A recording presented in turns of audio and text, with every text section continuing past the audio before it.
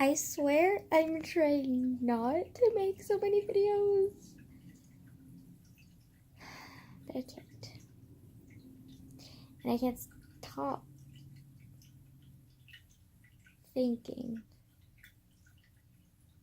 God, thinking can be your worst nightmare.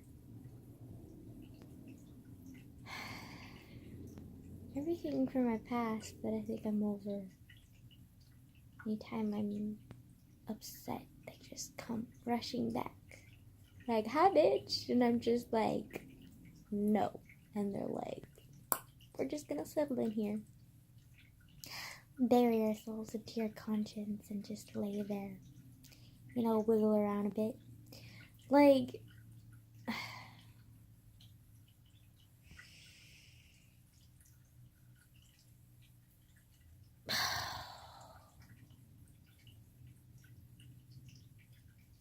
I was talking with my friend earlier, and like I was worrying about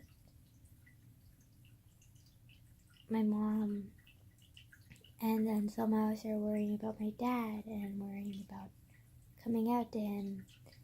And then I was thinking about, because my friend, she's bi, and she was thinking how she came out, her family hates her or whatever, and she just kind of pushes past it or whatever, and I'm just like, I'm not that strong. And she's like, I'm strong because I have to be. And I was like, I am too, in a way, because like I do have a backbone. We all know I have a backbone, but a lot of times the way that I gather my so-called strength is for, I'm gonna sound like such a self-righteous ass, but it's true. Like, I've never really done anything different. And I think it's mainly because like I grew up with my cousin, and like I just kind of grew up protecting her, and like it just kind of stuck. I don't know, but I've always kind of, and then also taking care of my mom too, just sort of kind of always pushed back my like inner turmoil to like take care of others, and especially if there's someone I really care about. And like I've always been like very protective of the people that I love. And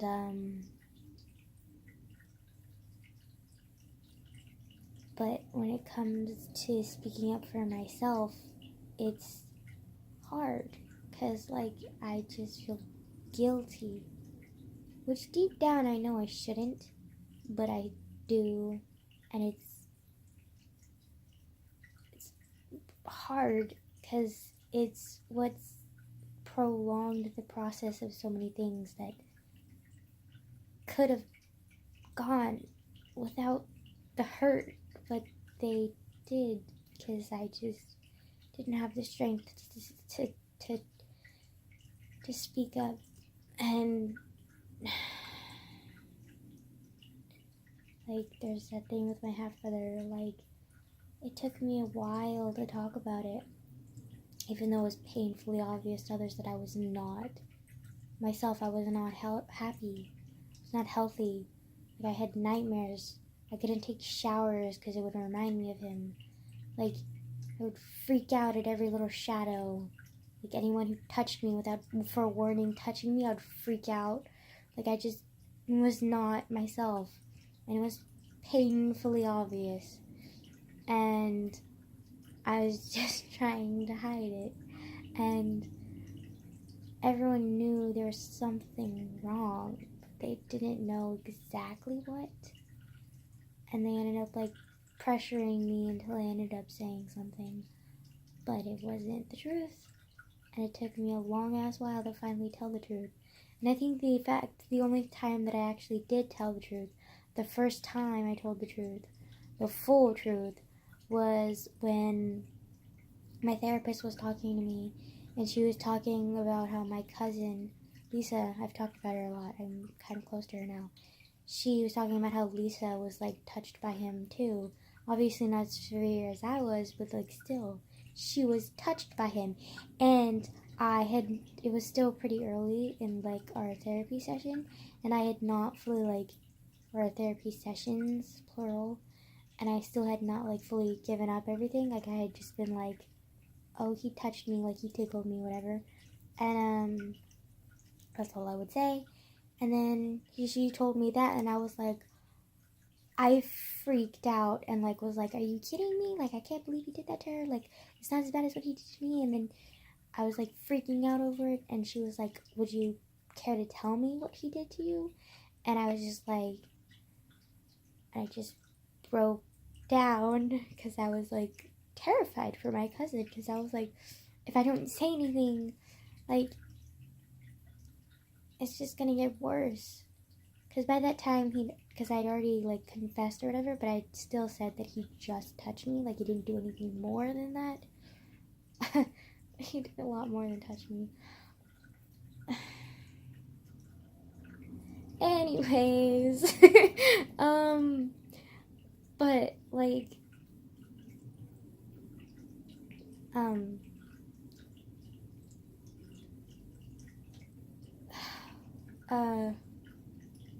fuck, okay, no, retract, fuck, okay,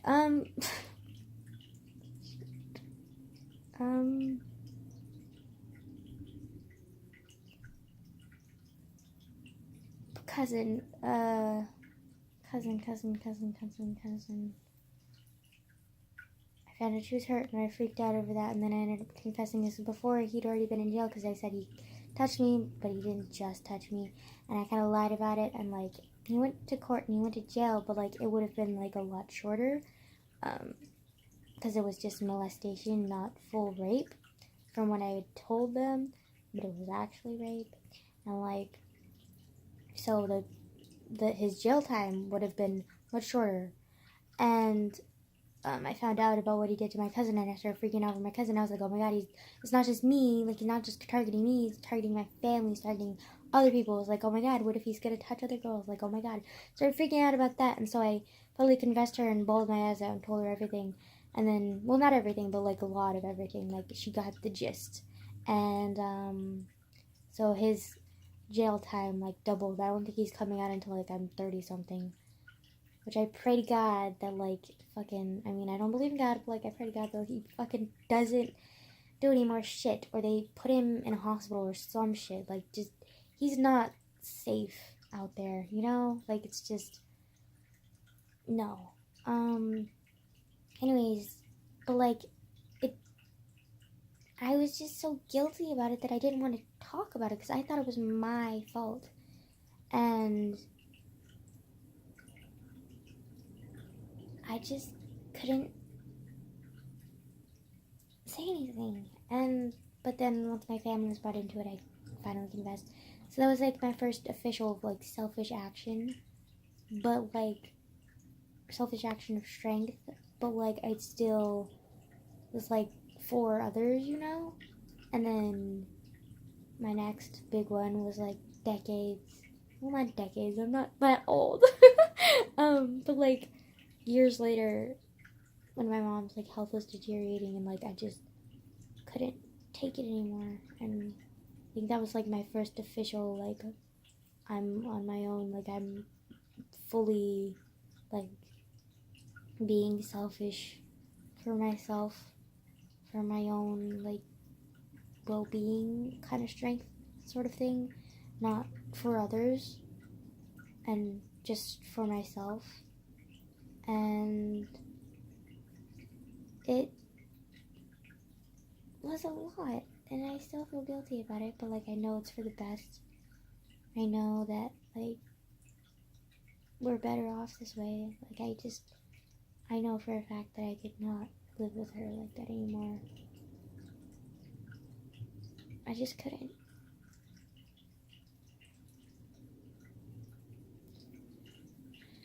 And then me thinking about, like, coming out, like, is gonna be another big, like, selfish, strong act or whatever, and, like, I don't know if I can do it, because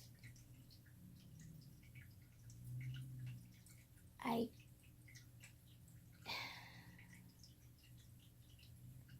love my dad so much, and when I left my mom, I kind of like knew that she wouldn't hate me. Like, I knew she would really like not like me for a while, maybe hold a grudge, but I knew she would always love me back because like she's my mom, and like she kind of has like, I'm like her only family left, and she kind of like really depends on me, which I know is selfish, but that was always like a security blanket for me when I left my mom. And with my dad, like, I don't really have that security blanket. Like, I'm really close to my dad. I love my dad. But he doesn't really have the, like, devotion that my mom did to me, which is not healthy. My mom's devotion to me is not healthy. I'm just making that clear. Like, it's not healthy, and it's not good, and I'm trying to break her out of that. But, like, in a selfish way, deep down, I kind of like it, because, like, it just gives me, like, a sense of security that she won't ever leave me. But it's not right, and I know that, and I'm like working on it, and then like, yeah, whatever. But anyways, so like I don't have that with my dad, obviously, because he's normal, whatever, and he's also very homophobic, and so like I know he's gonna reject me. I know that for a fact. My issue is he gonna reject me forever, or is it just gonna be for a few years, a few months? Like, how long will it be for him to accept me? Like, how uncomfortable is it gonna be? Like, will he hate me? Like, I'm so close to him. And, like, I love him. And, like, I don't want to... Jesus.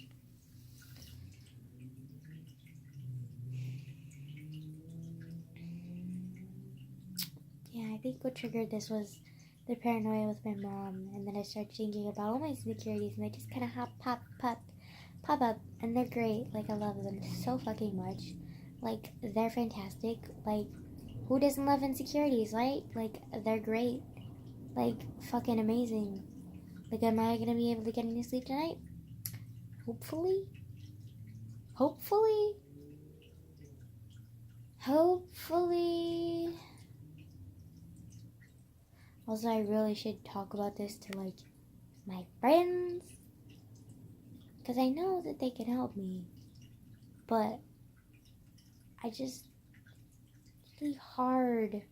Even though I'm close to them, it's still really hard to open up to them.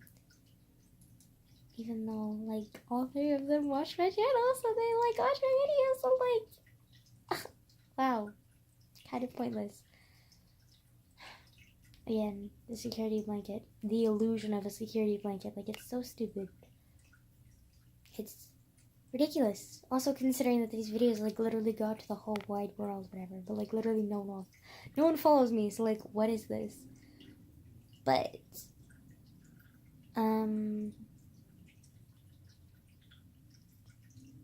yep, we're doing great. I need some chamomile tea. It always calms me down. With some honey? Ooh. Ooh. Ooh. Yes, honey. Maybe some honey milk. Oh my god. Yes. Okay. I'm gonna get some drinks, and then I'm gonna, like, hopefully get tired enough to sleep, because, like, I need sleep for school tomorrow. It's only Monday. It is only Monday.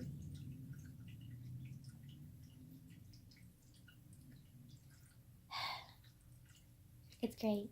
I love life. It's fucking fantastic. Okay. We're gonna go now. Bye.